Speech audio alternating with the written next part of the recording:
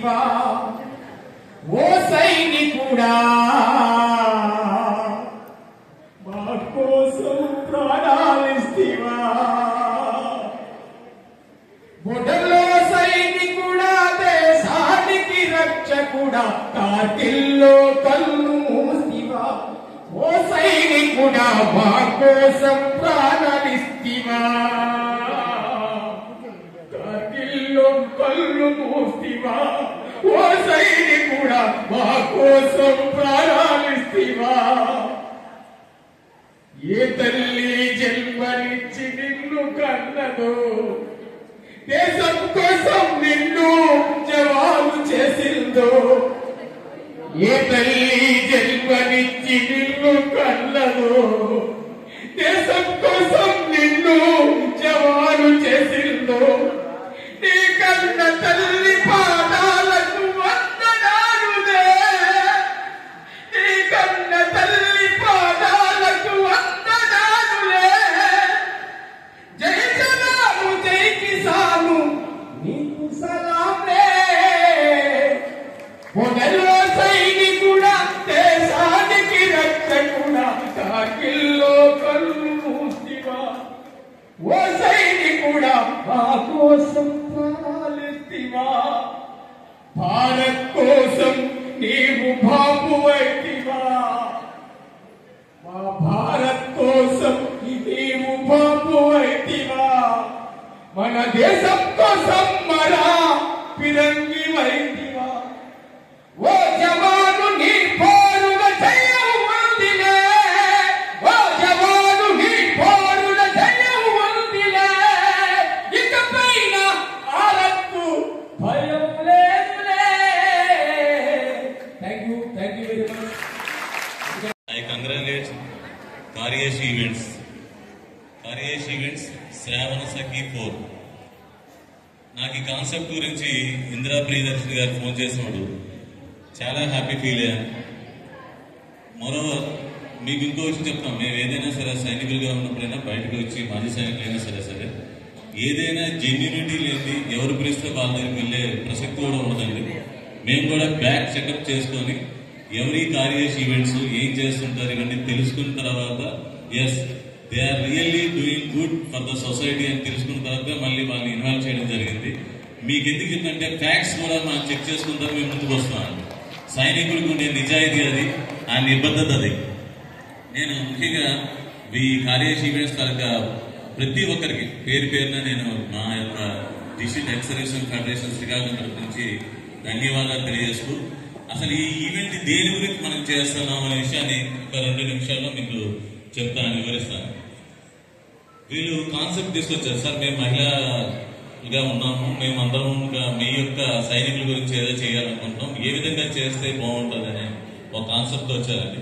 ఇప్పుడు మేడం గారు చెప్పారు, అంటే ఒక వార్లో చనిపోతే మీకు ₹1,00,000 ఇస్తారు సంథింగ్, దానివల్ల వాళ్ళకి చాలా ఇది ఉంటుంది కదా, మనం ఎందుకు చేయాలి అనే చిన్న పదం చెప్పారు.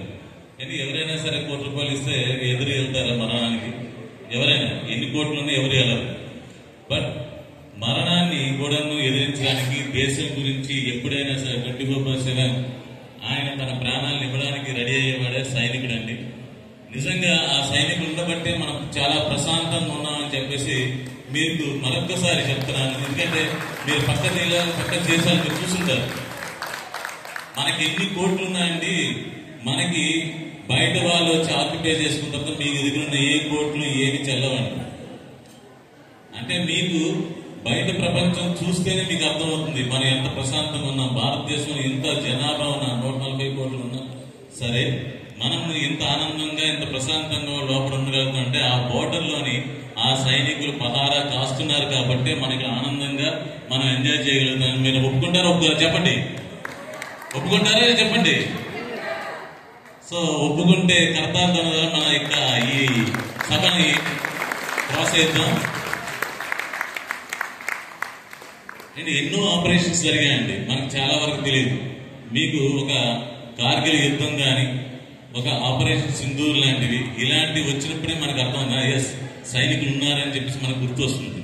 నార్మల్గా ఏంటంటే సైనికులు అంతగా ఎవరు పట్టించుకుంటే వాళ్ళ పని వాళ్ళు ఉంటారు.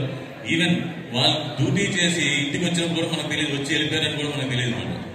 సో ఎప్పుడు తెలుస్తుందంటే ఆయన తన జీవితాన్ని అక్కడ మన దేశం గురించి అర్పించి వచ్చినప్పుడు నాకు తెలుస్తుంది. ఎస్, మన న్యూస్ ఛానల్ దాని కానీ మన ప్రభుత్వం ద్వారా కానీ అరే ఫలానా ఊరు, మీకు ఎగ్జాంపుల్ చెప్తా అండి. శ్రీకాకుళం జిల్లాలోని సంతబొమ్మల్లి లోని ఒక మారుమూల ప్రాంతం, ఆ ప్రాంతంలోనే ఒక జవాన్ చనిపోయారు, డాక్టర్ రాజేష్ గారు అని చెప్పేసి.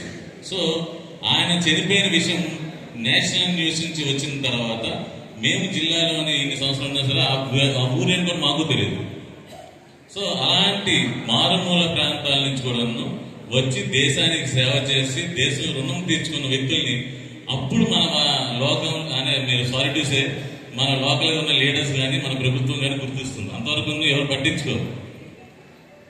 నేను ఎందుకు ఈ విషయం చెప్తానంటే సైనికుడికి రావాల్సిన వాల్యూ, సొసైటీలో గుర్తింపు రావాలనేదే మా ధ్యేయం. మా యొక్క డిస్ట్రిక్ట్ ఎక్సర్సైజ్ ఫెడరేషన్ కానీ నేను స్టేట్లోని ఆంధ్రప్రదేశ్ రాష్ట్ర మాజీ సైనిక సంఘం తాలూకా ఉపాధ్యక్షుడిగా ఉన్నాను.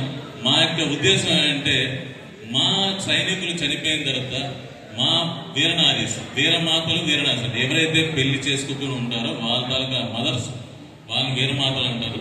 అలాగే ఎవరైతే పెళ్లి చేసుకుని వారిలో చనిపోతారో వారిని వీరనారీమణులు అంటారు. వాళ్ళకి రావాల్సిన ప్రభుత్వం ఎంత ఇచ్చినా సరే వాళ్ళ హస్బెండ్ని తీసుకొని రాగలరా?